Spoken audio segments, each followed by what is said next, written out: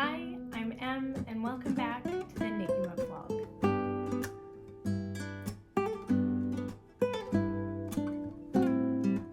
So for those who are new here, hi, hello, my name is Em, and I am a knitter and pattern designer living in British Columbia, Canada. Welcome here. I'm glad you've clicked on this video. I hope you enjoy it. If you are a returning viewer, I'm sorry. It's been such a long wait in between vlog videos, minisodes, etc. I feel so bad because I was like on a good schedule of posting like every 2 weeks, either a full episode or a minisode, and then I fell right off of that. There's lots of different reasons. I will briefly go over them just to explain my absence here, because obviously if you follow me on Instagram or if you've seen my YouTube Shorts uploads, you know that I have been uploading. I just haven't done a video. So at the point of my last full episode, at that kind of week and a half mark where I would normally film another video, I didn't really have enough material to make a full-length episode. So I was going to do a mini-sode, and for a bunch of reasons that I will talk about in that mini-sode that's still upcoming, it's still planned to be released after this video comes out, because I have a couple more things to do to make it ready. But yeah, so that mini-sode never ended up getting filmed in that sort of time frame that I wanted to. And then on top of that, life and school just got really busy for me. So for those who don't know, I am currently working on my master's in library and information sciences. And actually the day that I'm filming this was the last day of semester. So I was gearing up to finish everything up, do a big research paper, and everything just sort of got condensed and really started to pile up. So I didn't actually have enough time to sit down and do a full-length episode because there was so much going on there. And there was other life stuff, family stuff happening, and you know, we're enjoying the beginnings of spring here. We got our patio all set up, so there was just a lot going on, and I just didn't get around to making that full-length episode. But we're here now, so hopefully that long absence can be forgiven, and I'll be back on schedule with more videos for you. So a lot has happened knitting wise, and I'm excited to get you all caught up. So let's talk first about whips, because there's not many of them. I put my Somme cardigan into hibernation for now, because for me it felt like a very winter coated project. Like I thought of like Christmas and the holidays while knitting it, so as spring progressed I just lost interest in finishing it. I will be bringing it back out in the fall and winter because I still want that cardigan and I really like how it's turning out. I just had no motivation to actually pick it up and work on it. So that just leaves one outstanding whip, which is the Sea of Dreams baby blanket. I think in my last episode I mentioned that I had made an error and I had to go back and fix it. I finally did that. I got some more progress done on it. It probably doesn't look like I've done much progress, but I promise you I have. But as I also mentioned in the previous video, the due date for having this project done got completely blown out of the water. So I'm taking my time with it to try and make sure that I'm not making any more mistakes. It hasn't had a ton of progress because I had a couple of projects come up that had an earlier deadline to them. So this one is still ongoing. I did fix the problem and I'm really proud of myself for fixing it and being able to continue on with it. Lace is really hard for me to like identify where problem areas are, but I'm sure by the end of this I will be a new expert at it. Anyway, it's looking great. I'm excited to do more work on it and sort of have this as that constant project to fall back on when I'm in between other projects or designs or whatever it may be. So moving on to the big ticket of this video, we're going to talk about finished objects, and I actually have quite a few to share, starting with this one right here, which if you've been following me on Instagram, you know all about this, and it's been mentioned a couple of times in previous videos as well. This is my Rue sweater, or Rue sweater? I always say I'm gonna look up how to pronounce it and then I forget to do it, and then I find myself here going, is it Rue or Rui? Anyway, it's my Rui sweater. It's not color work. As you can see, there's no color work in this. I just did a solid version. I knit it holding I knit this holding one strand of furry fingering, which is an alpaca fingering weight, with one strand of mouth-watering mohair, which is mohair and silk, both from the Yarn Attic Co., which is now Little Fiber Co. Same owner and dyer, different name, and she's changed a couple of her bases as well. I think she's doing all non-superwash. So I don't know if these bases are still available or if they have changed a little bit, but I special ordered these colorways, so let me grab them actually, because I have some left over. I ended up having more than one skein of each one left over, so I'm just going to show you the full skeins here that are caked up. So this is the alpaca fingering in the color Driftwood. It's a beautiful kind of taupe with rosy undertones and little bits of, I would say like a sage kind of poking through, and it has this nice kind of sheen to it from that sage and rose iridescence. But if we're talking about iridescence, this has iridescence. This is the silk mohair blend in the color Evergreen. It is a white silk core, and then the mohair has been dyed primarily this beautiful deep evergreen color, hence the name. And there are striations of kind of a rust and a gold and lighter greens, and it's so gorgeous. And when you knit these up together, you get this beautiful halo. I don't know if that's gonna show up. Let me see if I can get closer. I'm trying to give you like a backdrop against which to see the halo. You get this beautiful halo, and you get this almost iridescence in the way that the subtle differences in tone show up through the fingering and the mohair, and it's just gorgeous. These colors, Lauren, you're a genius. I love how this turned out.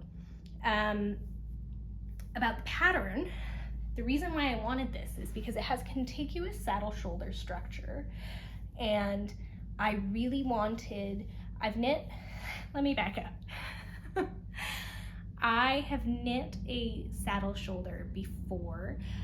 It wasn't this wide one that the Rue has, it was a skinnier one. I knit that in a sweater for my mom about 2 years ago, and I really loved the look of it.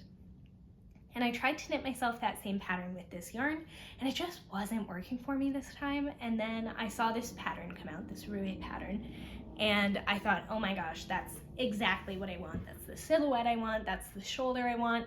So I wanted to give it a go, and I think that, I mean, I don't know how to position myself. I can't see myself as I'm filming, so I have no idea what like you guys are seeing, but I think that this shoulder construction is really flattering. I have slightly wider shoulders for my frame than I think is like normal.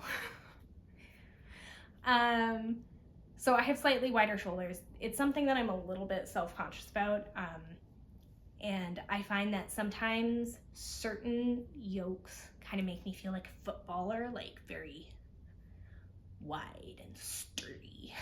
And I just find that this saddle shoulder It's nice and delicate. It doesn't really draw attention, but it still has that structure.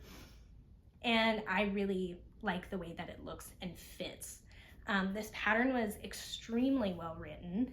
I love it. It's already like up in my top list of favorite patterns. So the next time I do a favorite pattern roundup, it will be on there. If you missed it, the last mini-sode was a roundup of my favorite patterns, ones that I've knit over and over again. I will put a link somewhere. So if you're watching this on a TV, you probably won't see it. But if you're watching on your phone or on a laptop, there will be a link, like an info card somewhere. I'm still learning the ins and outs of YouTube and like where to put links and stuff. Anyway, back to the sweater. I love it. I love the pattern. I love the yarn. It turned out really great. I have detailed notes up on Ravelry about this one. And if you follow me on Instagram or if you watch YouTube shorts, you'll know that I did a few things that are kind of deemed no-nos in the knitting world with this sweater. So the first one is I didn't swatch. I pretty much never swatch, to be completely honest. I just go in, needles a-blazing. For me, knitting a swatch is so annoying that I lose all motivation to do anything. And if I forced myself to knit a swatch for every single project I ever did, I wouldn't get anything done because I'd just keep putting off the swatching. So for me, not swatching is the best way to go, and I don't mind ripping out a project and redoing it. And I've accepted that, you know? I could do a swatch to avoid that if I wanted to. I'm not interested. I will just redo it. That's fine. That works for me. The second thing that I didn't do, which is abnormal for me, is I didn't switch skeins. I just knit from one skein, and then when that one ran out, added in another. And the reason for this, normally with hand-dyed yarn, I would alternate, but the reason for me not alternating is because I had these custom dyed. So I knew they came from the same batch. I knew Lauren would be dyeing really carefully. So I wasn't really worried about inconsistencies between skeins, and there wasn't a lot of opportunity for color pooling with this. Like, this is a tonal. It's just got different undertones running through it, and then this one, the variegation is very subtle. So, and I wanted a little bit of variegation. I wanted it to have that interest and that depth from the variegation, so I just kept knitting. And it worked out really good because when I did have to take it apart, I wasn't like untangling 4 different balls of yarn. I was just working with 2. And if you've ever untangled mohair, you know the struggle. So that was a really key part of maintaining my sanity.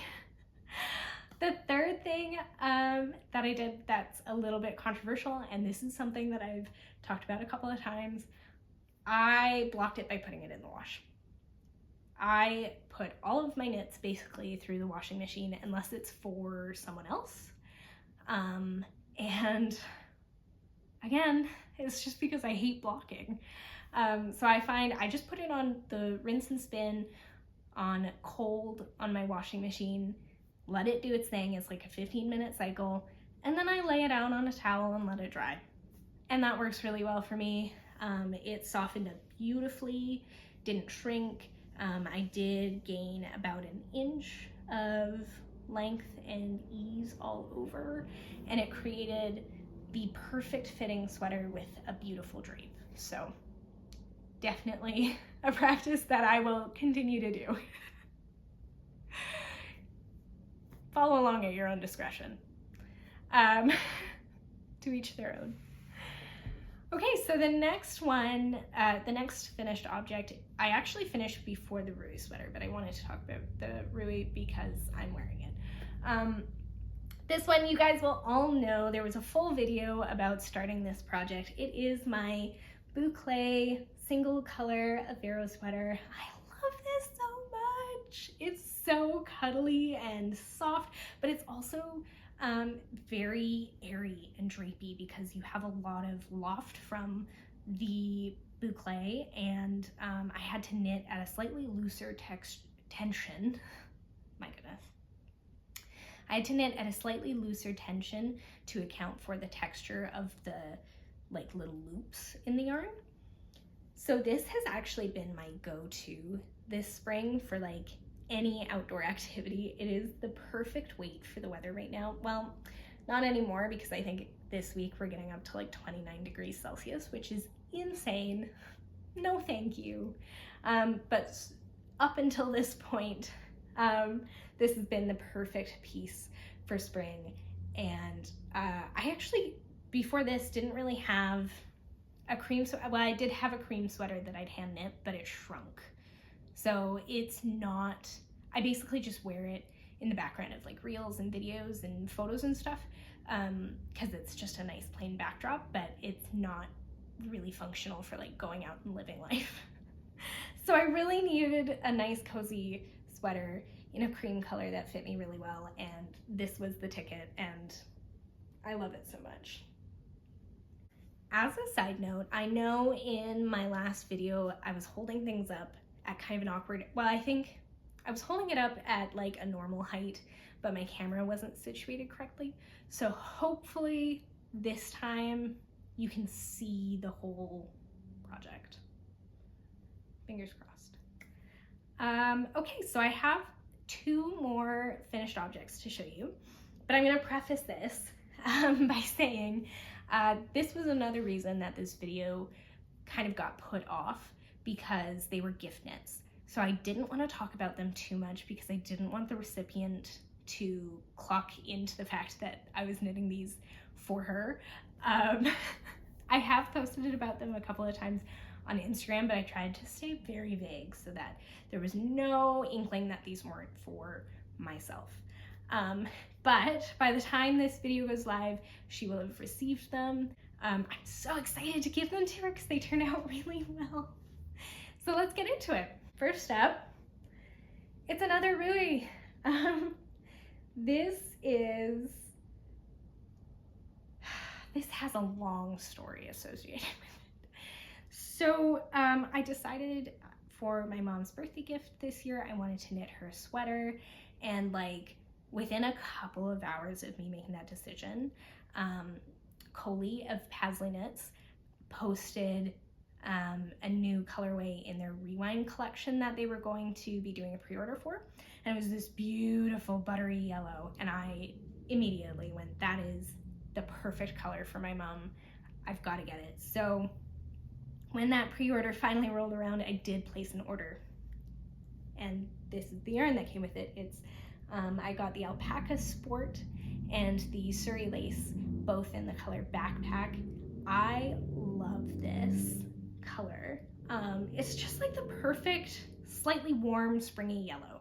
Like it makes me think of daffodils and tulips, and it's just perfect. Here's the thing though.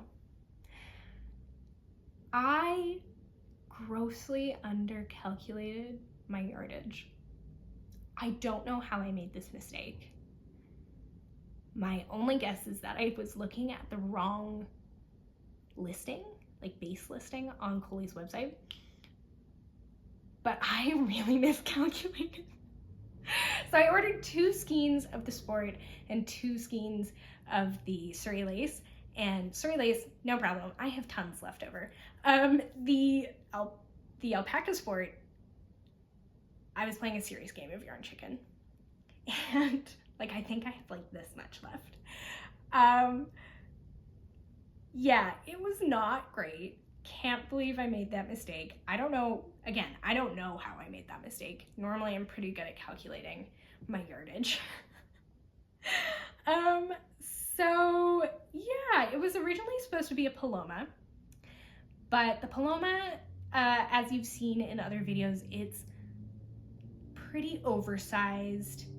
Like the fit through the body is very boxy, very airy. The sleeves are billowy and long and beautiful. And I quickly realized after casting on I was not gonna have enough yarn. So I figured out I did some math. Guys, you should be proud of me. I did so much math to figure this out. My partner just proof checked it for me, basically, to make sure that I hadn't messed something up. But I did the math. So I did some math, and I figured out that if I knit a size 2 of the Roué sweater, which is what this brown one is, it's a size 2.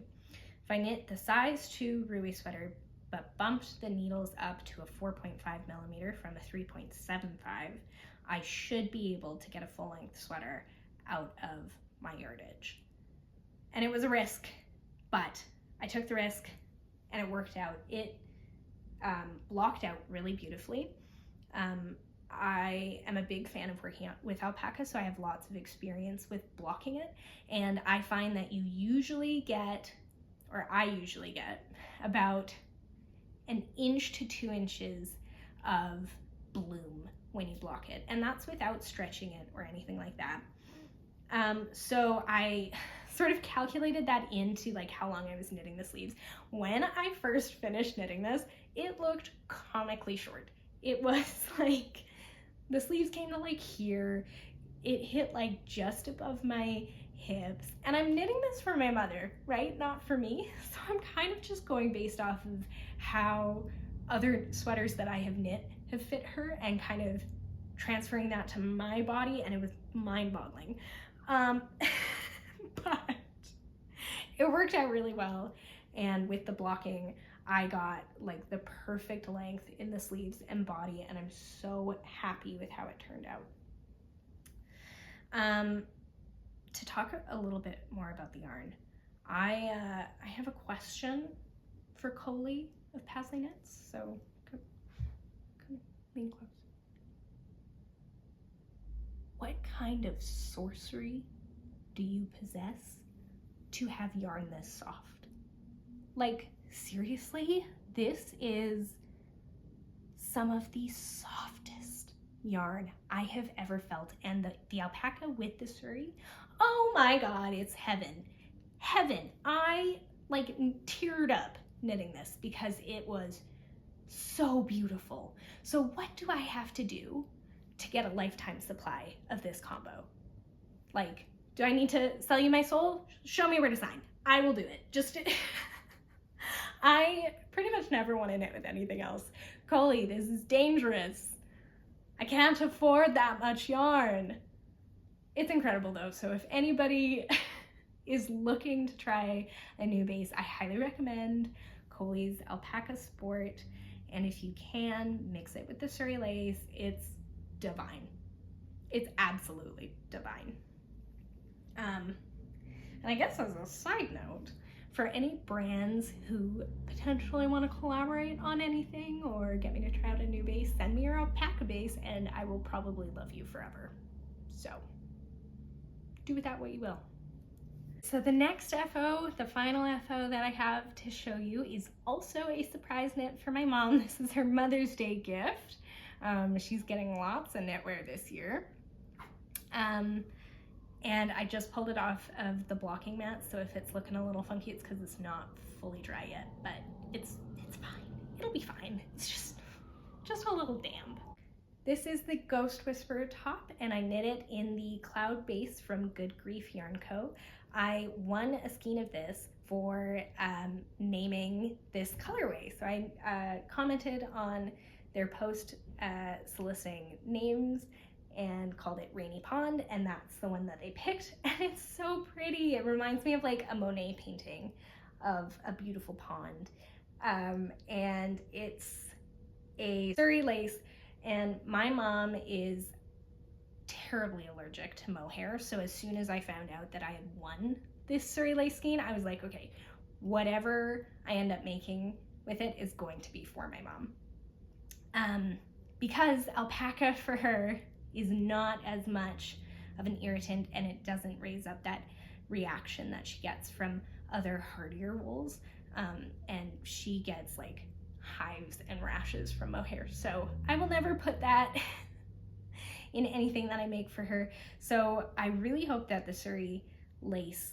works for her, because I've knit her 2 garments with it now. So fingers crossed, but based on her reaction to other alpaca bases, I think it'll be pretty good. And when she saw this colorway, oh my gosh, she could not stop talking about how much she loved it. So I knew that I'd made the right choice in putting this aside for her. And I thought the Ghost Whisperer top would be just such a cute option for this. I was playing some yarn chicken because I made the size 2 in this, and I think the pattern estimates like 460 yards or something for that size, and I had, how much did I have? I think like 391 yards or something, or 381, something like that. It's on Ravelry, or you can find the details for the yarn on Good Grief Yarn Co.'s Good Grief Yarn and Provisions website. Everything will be linked down below as usual. So I was playing some yarn chicken, so what I did is I knit the body quite cropped initially, and then I knit the front and the back and the sleeves, and then I had some yarn left over, so I went back, unpicked that cast on edge on the body, and then I lengthened it a little bit, and I just went until I ran out of yarn. And the result, I think, is going to be a perfect fit. It's got those beautiful flounce sleeves that don't look very fancy right now because, like I said, they've been blocking. See if that loosens it up. Did it? Not really. It's got beautiful puffed flouncy sleeves. It's going to be such a cute layering piece over tank tops and like spaghetti strap dresses and stuff like that. And I'm just excited for my mom to have something that hopefully won't give her a reaction. And yeah, I just love these colors. I can't wait to show you what it looks like on. So that is pretty much everything that I have for you this episode in terms of whips and finished objects. Like I mentioned, I will be putting out a mini-sode in the next little while, and there's a big announcement in there, so make sure you hit subscribe so that you are the first to know about this announcement. I'm trying not to talk about it too much because I get really anxious when I like build something up in my brain as like a big thing, and I'm trying to keep it really chill and really toned down. So I'll just hint that there's an announcement that you might want to know about. So hit subscribe if you do, or I guess down here, I don't know, hit subscribe if you want to hear that announcement. I will also put the announcement up on Instagram, but YouTube will be the first to know. So yeah, that basically concludes this. One more thing that I did want to mention is I have created a Ko-Fi account, or a coffee account. Not sure how to pronounce it. You do not need to donate to it, but if you do, it is very much appreciated, and it goes towards helping me create this content for you guys.